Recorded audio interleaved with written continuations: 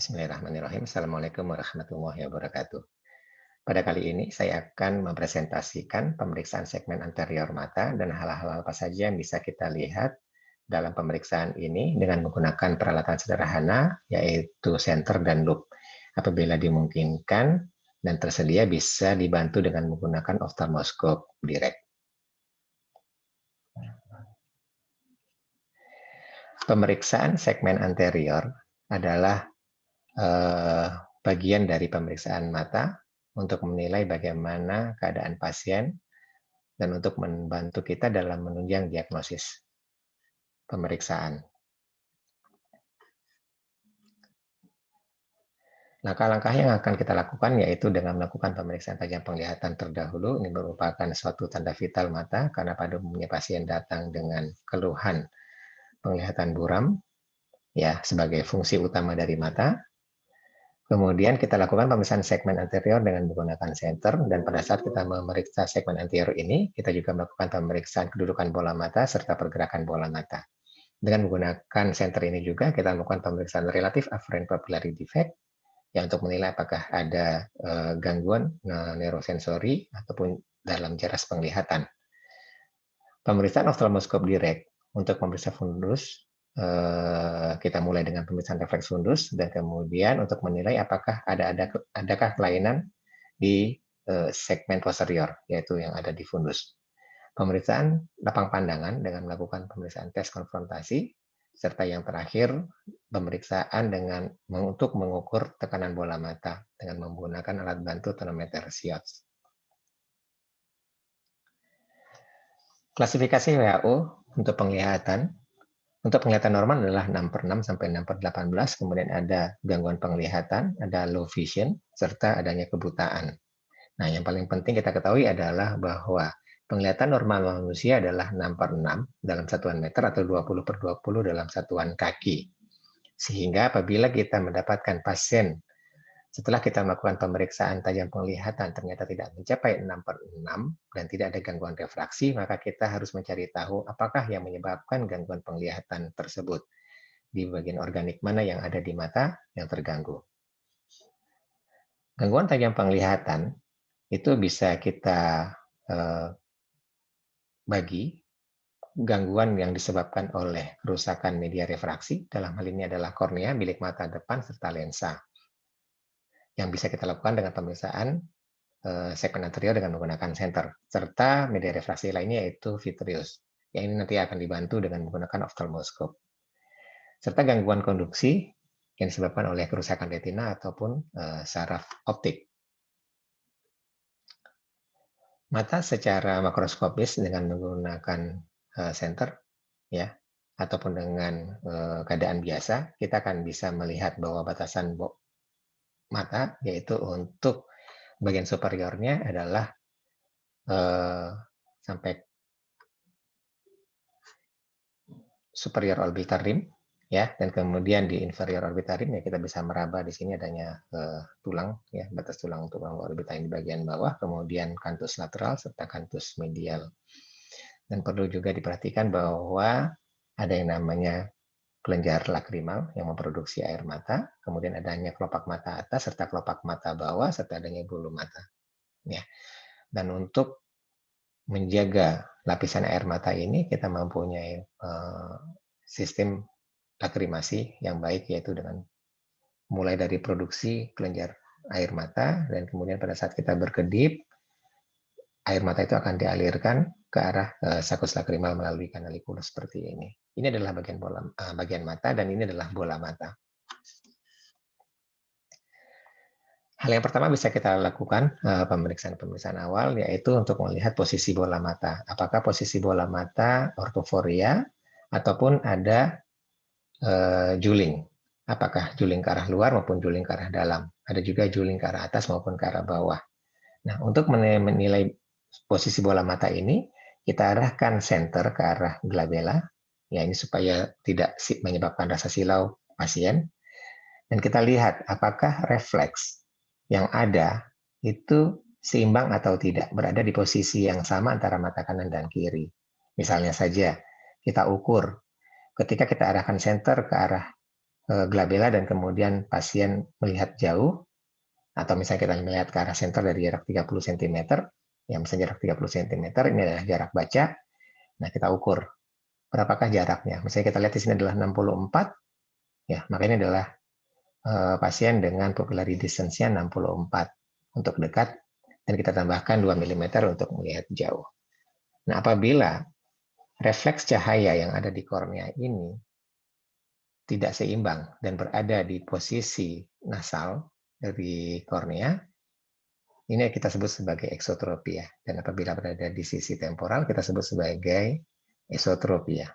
Ya, ada kondisi-kondisi lain tadi apabila bola mata bergulir ke arah atas ataupun berarah ke arah bawah. Gangguan-gangguan dari mata, kita mulai dari kelopak mata. Ya, kita lihat apakah posisi kelopak mata itu juga sama antara kanan dan kiri. Dalam keadaan di mana kelopak mata itu turun, ya dengan cara kita melihat atau dengan cara kita mengukur jarak antara margo palpebra superior dengan refleks cahaya yang berada di kornea.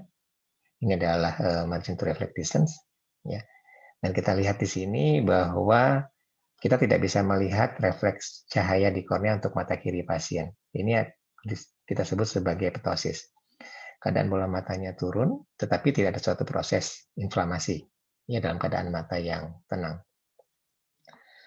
Kita sebut sebagai kelopak mata yang spasme atau aspasm itu apabila terjadi kontraksi dari otot kelopak mata. Biasanya ini dihubungkan dengan suatu proses inflamasi atau rasa silau di mata, di mana kita akan mengurangi jumlah cahaya yang masuk karena ada rasanya tidak nyaman di mata. Kemudian kita lihat juga posisi bola mata. Apabila bola mata itu menonjol, kita sebut sebagai proptosis. Ya, dan ini biasanya dihubungkan dengan suatu keadaan tumor, keganasan, infeksi ataupun inflamasi. Apabila terjadi pada kedua mata, kita sebut sebagai exophthalmos.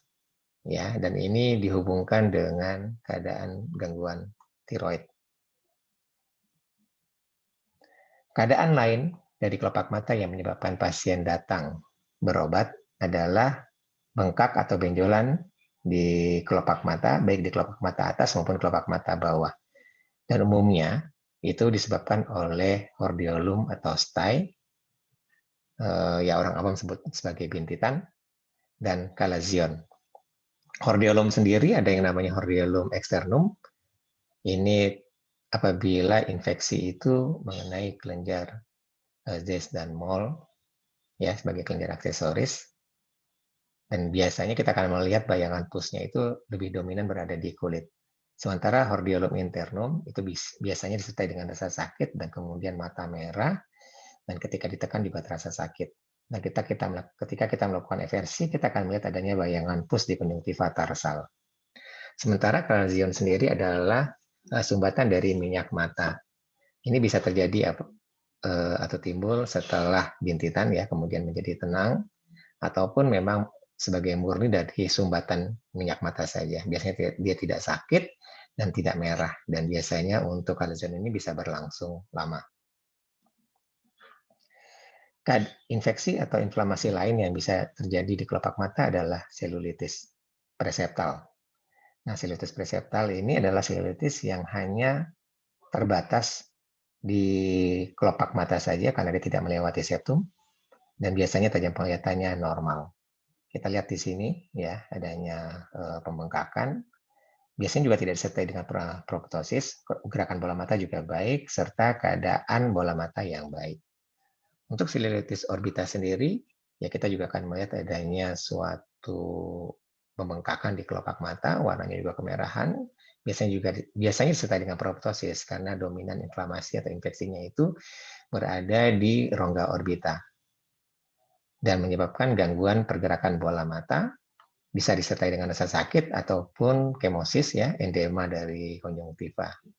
Apabila terjadi penekanan terhadap saraf optik, biasanya RAPD-nya pun juga akan positif. Keadaan-keadaan tumor ataupun keganasan, baik tumor jinak ya, ataupun tumor ganas bisa terjadi juga di kelopak mata seperti ini, atau keadaan-keadaan yang merupakan suatu variasi seperti mole ataupun nevus. Ya. Nah, kemudian bagaimana dengan bulu mata? Ada beberapa keadaan ataupun kelainan yang bisa terjadi, misalnya saja trichiasis. Trichiasis ini adalah di mana bulu mata itu berlipat ke arah dalam ya, atau dia ke arah dalam sehingga menyebabkan sentuhan terhadap kornea maupun konjungtiva. Biasanya disertai dengan entropion. Entropion sendiri adalah suatu keadaan di mana kelopak mata itu terlipat ke arah dalam. Nah, keadaan seperti ini, ya. Kemudian ada yang namanya distichiasis. Distichiasis adalah di mana apabila bulu mata itu tumbuh tidak pada tempatnya ataupun keluar tidak pada tempatnya. Misalnya saja seperti ini berada di kelenjar meiom. Dalam keadaan normal, konjungtiva kita akan terlihat seperti ini, ya tenang, ya terdiri dari konjungtiva tarsal dan kemudian konjungtiva bulbi serta yang berada di bagian dalam kita sebut sebagai fornix. Nah, untuk keadaan mata merah, ya orang awam biasanya sebut sebagai mata merah, itu bisa disebabkan oleh beberapa keadaan.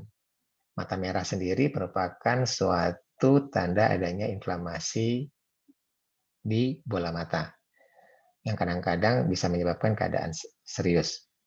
Nah, untuk beberapa injeksi ataupun dilatasi dari pembuluh darah konjungtiva, bisa kita lihat adanya injeksi konjungtiva seperti ini, dan umumnya ini adalah inflamasi atau infeksi yang berada di konjungtiva, di superficial. Kita lihat juga di sini bahwa warnanya dia merah, ya, seperti ini, dan pembuluh darahnya pun biasanya juga turtus, dia superficial terlihat. Ya. Berbeda dengan injeksi episklera, kita lihat di sini dia berada di lapisan yang lebih dalam lagi, di belakang dari pembuluh darah konjungtiva seperti ini, dan biasanya dia juga lebih lurus, ya, dan warnanya juga biasanya livid ataupun keunguan. Nah, untuk injeksi episklera sendiri biasanya dihubungkan dengan inflamasi episklera maupun inflamasi sklera.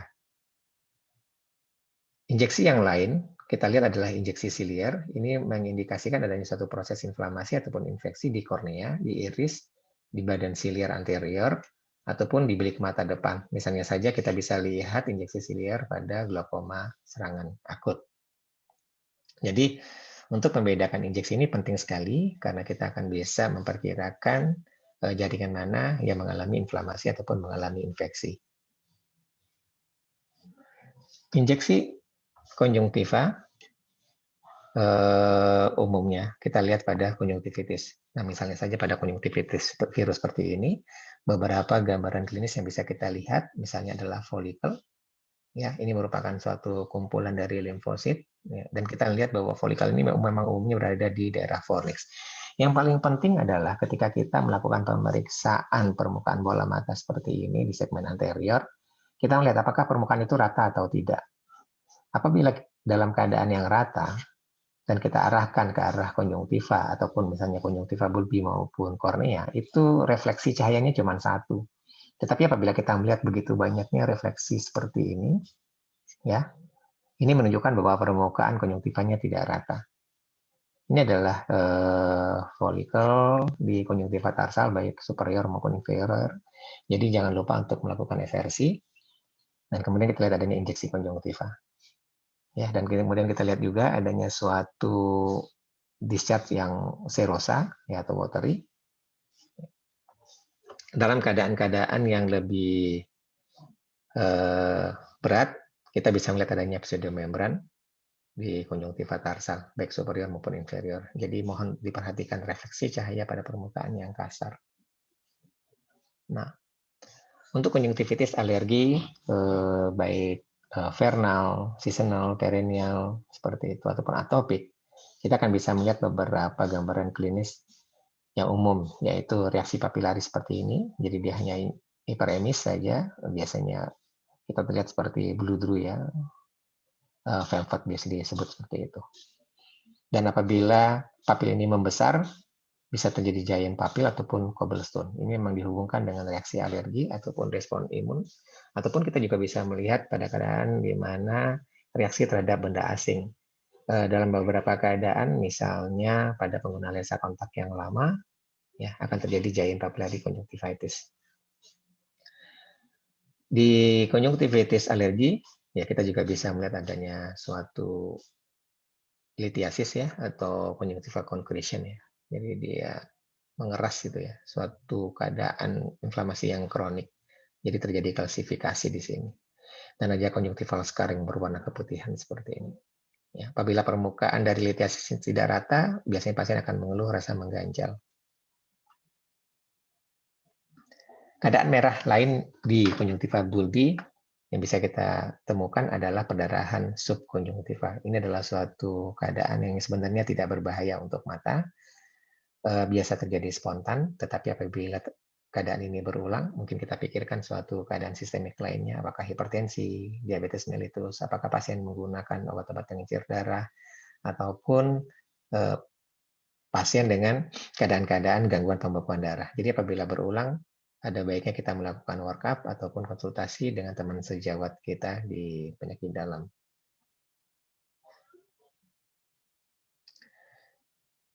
Di konjungtiva bulbi, kita juga bisa mendapatkan adanya suatu pterygium ataupun pinguecula, yaitu suatu lesi fibrovaskular yang abnormal. Apabila dia berbentuk segitiga, kita sebut sebagai pterygium, ya. Dan dia biasanya ada puncaknya, ada apexnya. Dan dia biasanya ada, dan dia mempunyai klasifikasi apakah grade 1, grade 2, grade 3 ataupun grade 4 yang apabila dia sampai menutup pupil. Kemudian ada yang namanya pinguecula. Ini juga mirip dengan pterygium tetapi dia tidak melewati limbus ya.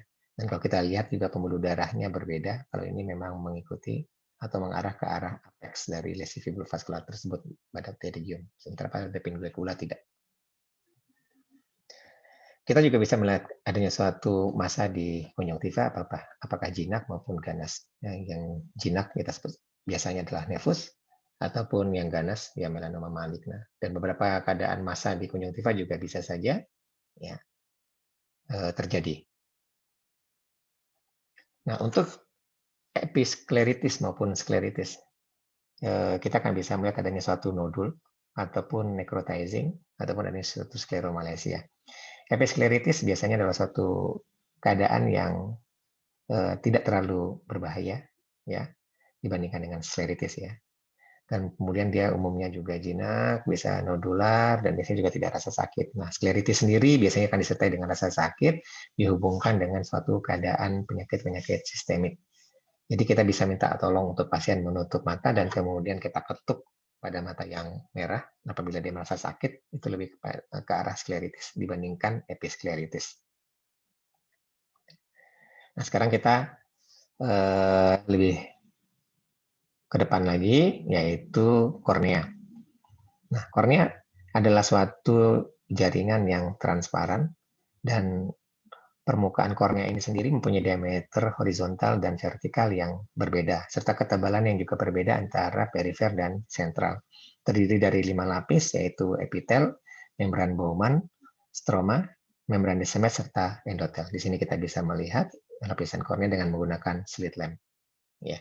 Suatu keadaan yang normal juga yang mungkin akan sering ditanyakan ke pasien adalah lingkaran putih seperti ini yang berada di kornea. Ini adalah argo senilis. Dihubungkan dengan faktor usia serta adanya deposit dari lipid. Kornea apabila jernih, kita artinya bisa menilai segmen anterior. Kemudian kita juga bisa melihat iris dengan baik, kita bisa melihat pupil dengan baik. Ini penting sekali dalam menilai suatu kelainan di segmen anterior. Dalam hal ini adalah media refraksi. Apabila kita bisa menilai bilik mata depan dengan baik, iris dengan baik, artinya korneanya jernih. Apabila dalam pemeriksaan kita lihat bahwa korneanya jernih, tetapi kita tidak bisa melihat iris dengan baik, kemungkinan segmen anterior bilik mata depannya yang mengalami gangguan.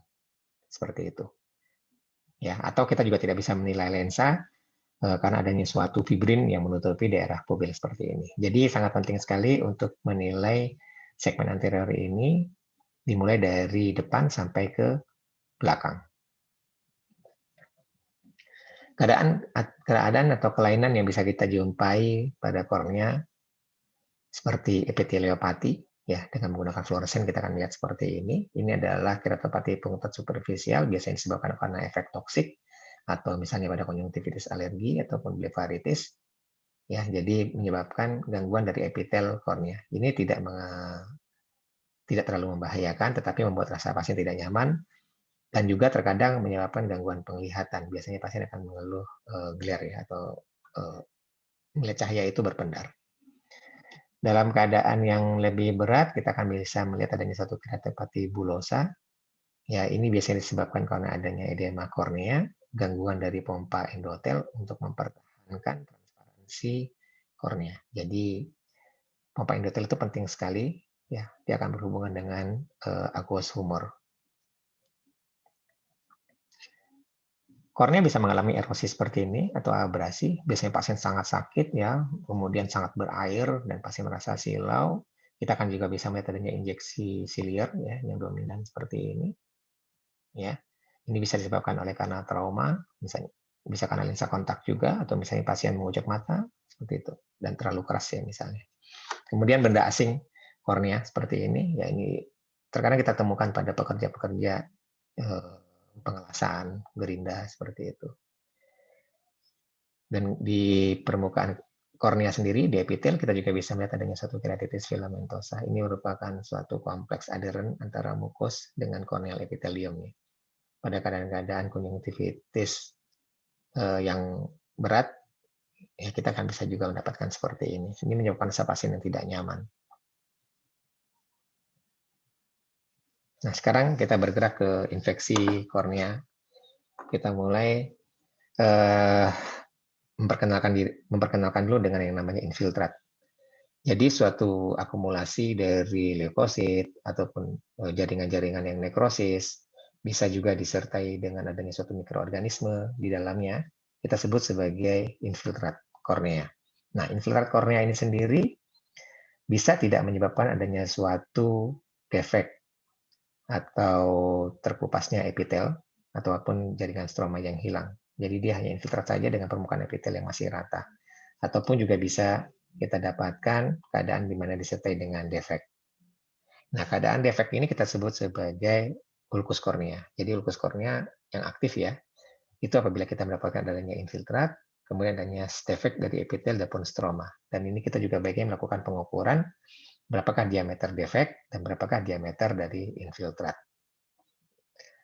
Untuk infeksi kornea seperti ini, apabila kita berhasil menanganinya, mengobatinya dengan baik, yang baik itu disebabkan oleh karena bakteri, jamur, protozoa adalah biasanya akan amoeba, virus, biasanya akan meninggalkan bekas, yaitu jaringan parut, seperti ini.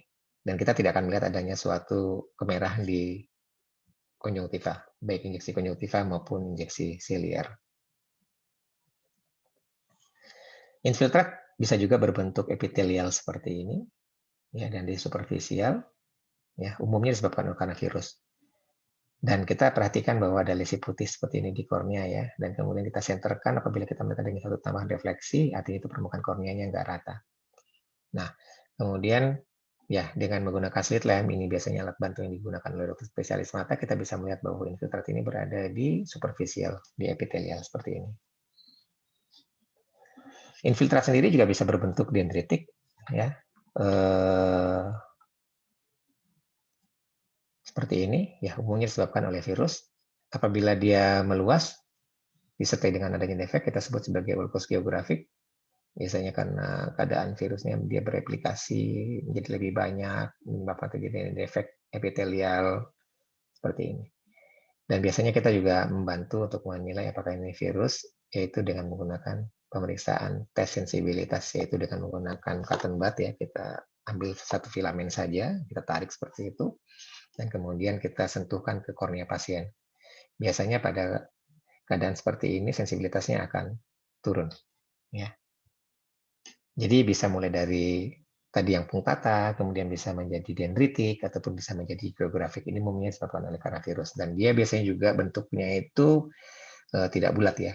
Jadi karena memang dia disebut geografik, ya, jadi memang seperti kayak pulau-pulau seperti itu.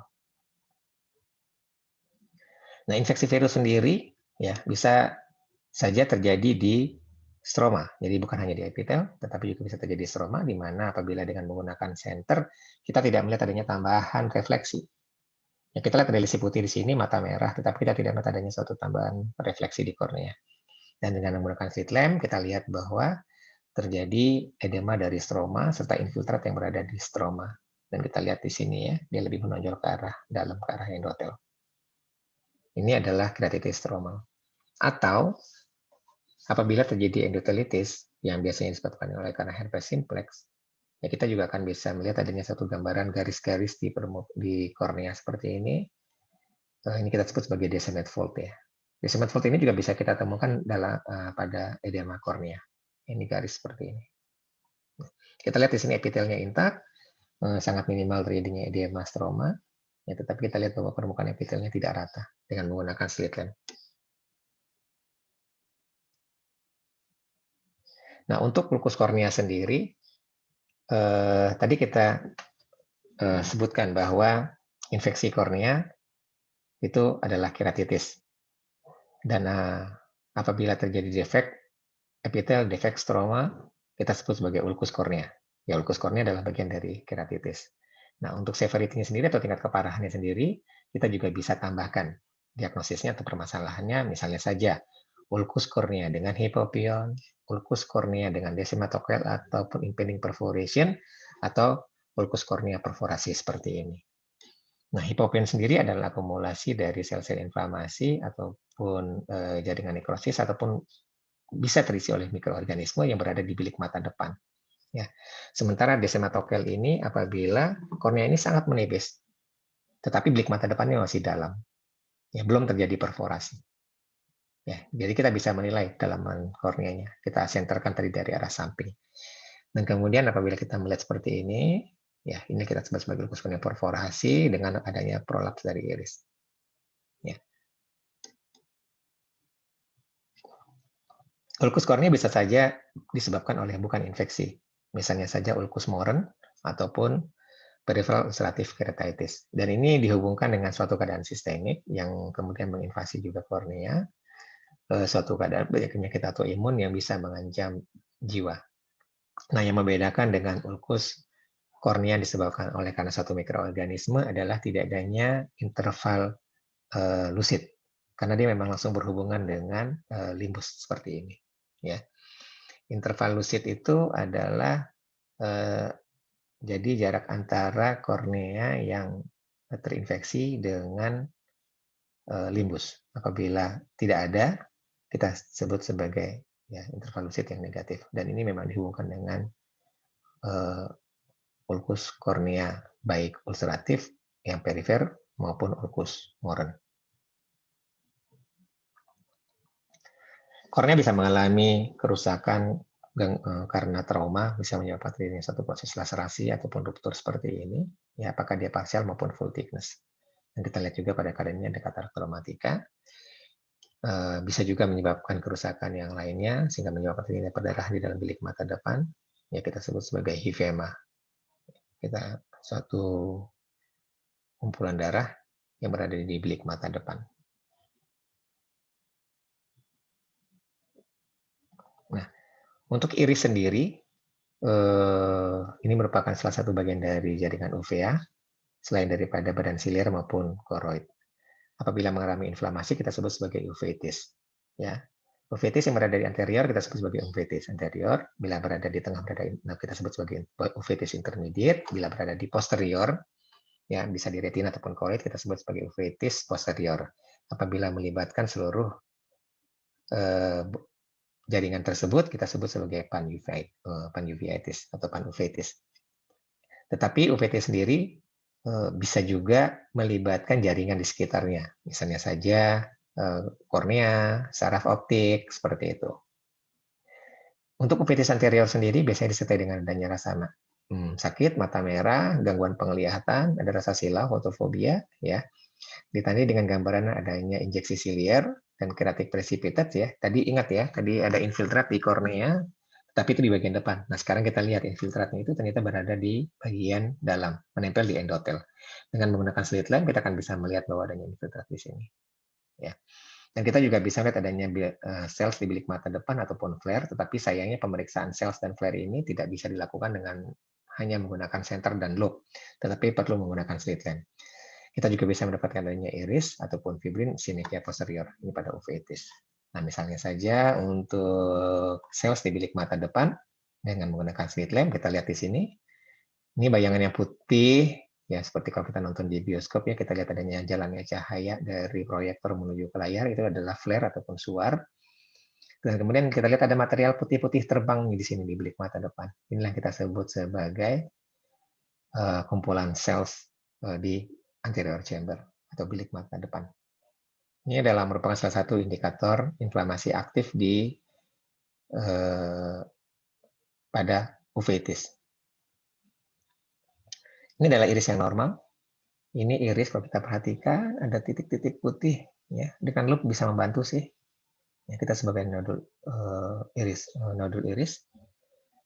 Dan apabila terjadi inflamasi di sekitar iris pars pupillaris ini dan kemudian terjadi perlengketan, ya, kita sebut sebagai synechia posterior. Apabila dia menempel semuanya, kita sebut sebagai seclusio pupil. Terkadang ada fibrin yang menutupi pupil, kita sebut sebagai occlusio pupil. Nah, apabila pupil ini tertutup semuanya sehingga akan bisa menghambat aliran aqueous dari bilik mata belakang menuju ke depan, ya untuk menuju ke sudut, sehingga bisa menyebabkan adanya iris bombe, sehingga bisa terjadi glaukoma sekunder. Nah, sekarang lensa. Dengan menggunakan senter kita masih bisa menilai lensa, tetapi hanya sampai ke bagian tengah saja. Ya, ini adalah lensa yang normal. Ya, kita nggak akan melihat warnanya yang hitam atau gelap seperti itu ya, tapi justru melihatnya warnanya sedikit keabu-abuan. Nah, ini adalah lensa. Ya, apabila visusnya baik, ya 6/6 misalnya seperti itu, ya lensanya jernih, kita anggap seperti itu. Walaupun untuk keadaan katarak sendiri, visus bisa mulai dari 6/6 sampai light perception atau persepsi cahaya. Nah, seperti ini adalah katarak, kekeruhan lensa. Ya. Dan apabila kita melihat suatu yang hitam saja di pupil ini, ya, dan kita melihat adanya suatu refleks kaca, ini adalah pseudofakia ataupun adanya suatu lensa tanam yang diletakkan pada saat operasi katarak. Jadi untuk menggantikan lensa yang keruh ini, kapsul anteriornya dibolongkan, ya, di kapsulotomi, dan kemudian isi lensanya dikeluarkan sehingga membentuk kantung, dan kemudian diimplantasikan lensa tanam. Nah, ini kita sebut sebagai pseudofakia. Nah, dengan menggunakan senter, dan kemudian arahnya kita ubah-ubah, kita akan bisa melihat refleks kaca. Nah, perlu juga diperhatikan mengenai klasifikasi katarak menurut maturitasnya. Untuk katarak yang imatur, dan kebetulan katarak itu berada di nuklearis, karena katarak itu bisa di korteks maupun di nuklearis, ataupun di korteks dan nuklearis, atau kortikonuklearis. Nah, apabila terjadi di nukleus yang lebih dominan, kita akan bisa melihat adanya shadow test ya. Kita arahkan senter dari samping, dan kemudian kita melihat adanya gambaran crescent seperti ini, area yang gelap. Ini adalah katarak imatur. Nah, kita lihat ya, seperti ini. Jadi leukokoria, warna putih di iris. Untuk katarak matur sendiri memang dominan putih semua seperti ini ya. Nah, untuk katarak yang lain, yaitu katarak subkapsularis posterior atau posterior subkapsularis katarak, ini memang tidak bisa dinilai lagi dengan menggunakan senter. Dengan menggunakan slit lamp, kita bisa melihat lapisan kornea, lapisan lensa, lapis demi lapis sampai ke posterior. Tapi dengan menggunakan senter kita tidak bisa melihat untuk kekeruhan seperti ini. Tetapi apabila kita dengan menggunakan oftalmoskop direct, dan kita pada saat kita melakukan refleks fundus, nah apabila memang di kataraknya adalah polus posterior murni, ya kita akan bisa melihat seperti ini ya, banyak daerah gelap, serta di sini adalah refleks fundus yang normal. Dan keadaan-keadaan ini biasanya dihubungkan dengan bisa karena usia, bisa karena steroid induced, trauma, ataupun inflamasi intraokular, terutama di daerah posterior. Pada pasien dengan diabetes juga bisa dipercepat. Ya, saya rasa demikian untuk pemeriksaan segmen anterior. Mudah-mudahan bisa dipahami. Saya ucapkan terima kasih atas perhatiannya. Assalamualaikum warahmatullahi wabarakatuh.